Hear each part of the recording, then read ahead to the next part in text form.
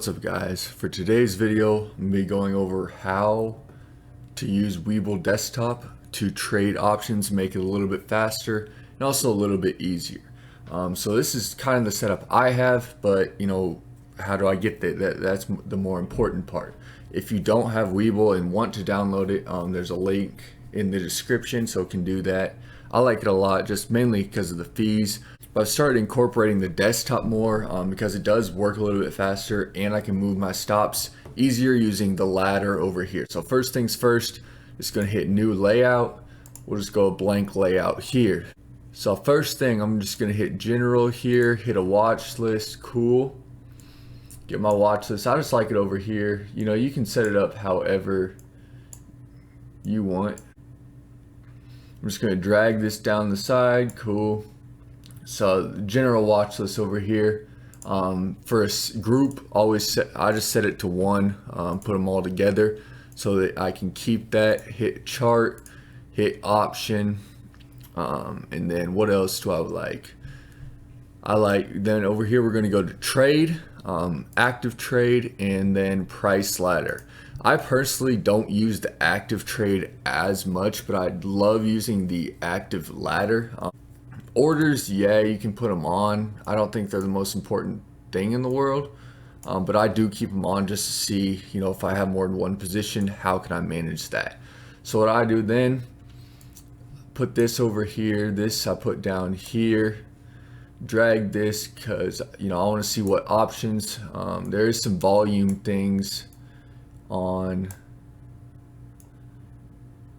this version of the trade, or on this here, there is volume stuff on options when it comes to the desktop version. I have this set up, kind of want to go over some cool features and why I really think using the desktop for your options trading can be beneficial.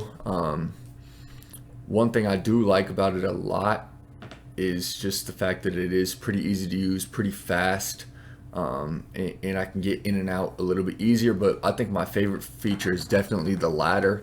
I'm not a big user of the active trade. It's okay, but I can just use the ladder, and it really simplifies putting in orders and also canceling orders. So say I want to trade some 13 these IWM 172 calls.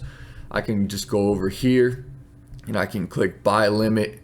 I have a certain amount set. You can set this to whatever you want. What I do is do it in sizing. So if I want to say I want to take a 500 share order, maybe a 5 share order, only do partial of that, and then you can just click multiple times in order to buy at the limit, and then I can set stops below the price, and then also sells up top, which is nice. And you can set the orders. So if you put it in 2 orders, you can set that first order to a sell limit in order to scale, which makes it a lot easier to move in and out and stuff like that. And one thing I really like about this is just the options chart over here. I have my additional charting software up on a separate screen while I'm doing this, but I really like just looking at the chart support and resistance, the chart of the option over here. I think it's very beneficial. You can see where support and resistance are, so I like that a lot. In terms of active trade, it can be cool, it can be fast, but I find the ladder to be very easy and just the same thing.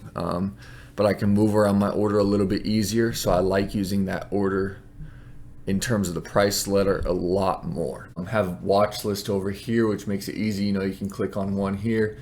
Cool, I got the options. All right, if I want to hit a 39 call, cool. Now I have this up, can do it for all of them, and it works the same way there. And then I can hit, maybe I want to buy a limit somewhere. The one thing that I have noticed lately is buying at market hasn't been working, so that's a bit annoying.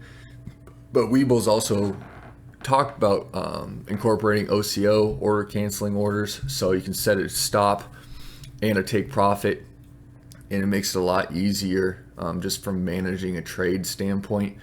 But I do like using this ladder to manage my trade a lot more now than I do my phone, which I was very stuck on using my phone to navigate trades, but I found this to be very, very helpful when it comes, because I have everything right here. I can manage a trade right here.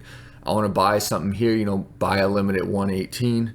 Cool. If I buy that on a 5-minute breakout, set my stop wherever I need be, but I also can look back at the chart to help set my stop loss levels. So, maybe I'm hitting these 118 at 118 and I have a stop wherever this support here about 1.10. I like to use that if I'm not using a hard percent stop, so I can use that as well when basing my stop off of orb levels or EMA levels.